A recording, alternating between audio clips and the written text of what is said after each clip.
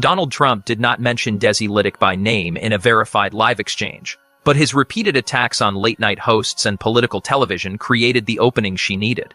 Trump had called critics untalented, dishonest, and obsessed with him.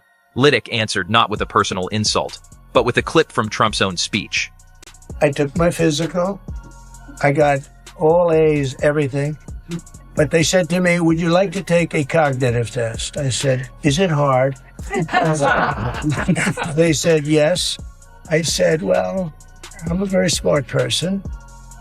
Who was the last president to take one? No president has ever agreed to take one.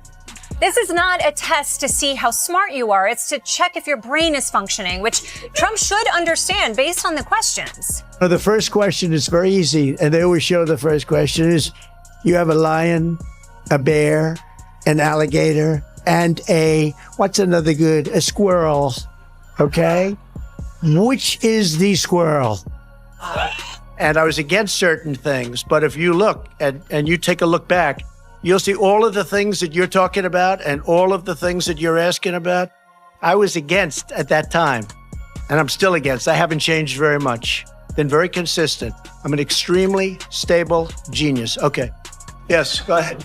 When Donald Trump won in November, it was largely on the promise of improving the everyday lives of American people, from fixing inflation after it was already fixed, to fighting the nationwide crime wave that he made up. And today, in a press conference from Mar-a-Lago, Trump announced one of those common-sense kitchen table policies that Americans have been waiting for. Biden was great, but is Trump in good health? I sit here, I do 4 news conferences a day. I ask questions from very intelligent lunatics, you people. I give the right answers. There's never a scandal. There's never a problem. I give you answers that solve your little problems. Wow, what do you even say to that? I'm going to come. No, stop it! Stop it! Not that. But let's be fair, serving in Trump's cabinet isn't just photo ops at the White House. They also do photo ops out in the field. The moment came after Trump again praised his performance on cognitive screenings. He described the tests as difficult, said he had passed them perfectly, and suggested that political opponents would struggle with the same questions. Lydic let the clip run long enough for viewers to hear the confidence. Then she read the medical purpose of the examination. It screens for possible cognitive impairment. That sentence changed the entire segment.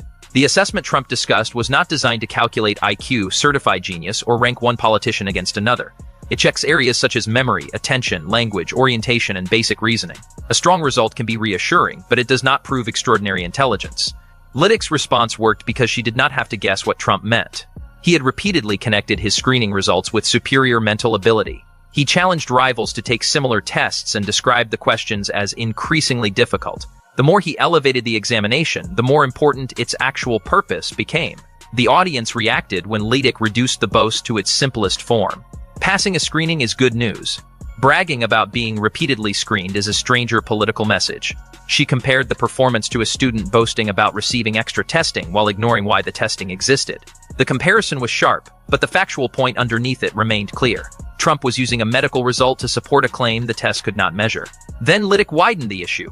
Trump had long attacked opponents with labels such as low IQ, mentally unfit, or incompetent. Yet no authenticated Trump IQ score has been publicly released.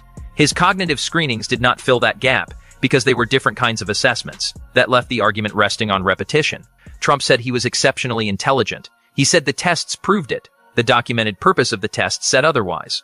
Lydic did not claim Trump had failed an examination. She did not diagnose him or invent a hidden score. She simply separated what the screening established from what Trump wanted audiences to believe it established.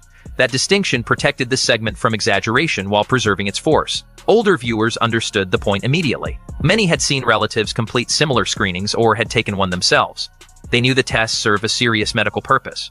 They also knew that remembering a short list of words does not settle questions about judgment, policy, leadership, or honesty. Trump's attacks on late-night television often followed a familiar pattern. He dismissed hosts as irrelevant, then mentioned them repeatedly. He questioned their talent, then spent valuable public attention responding to their criticism. The contradiction made every attack a new advertisement for the segment he wanted viewers to ignore. Lydic benefited from that pattern. The more Trump treated late-night criticism as a threat, the more significant her fact-check appeared. She did not need access to private records or a staged confrontation. Trump supplied the quote. Medical guidance supplied the correction. What happened next was not a shocking secret. It was a shift in burden. Trump had presented the screening as proof of genius. Lydic showed that the test never made that claim.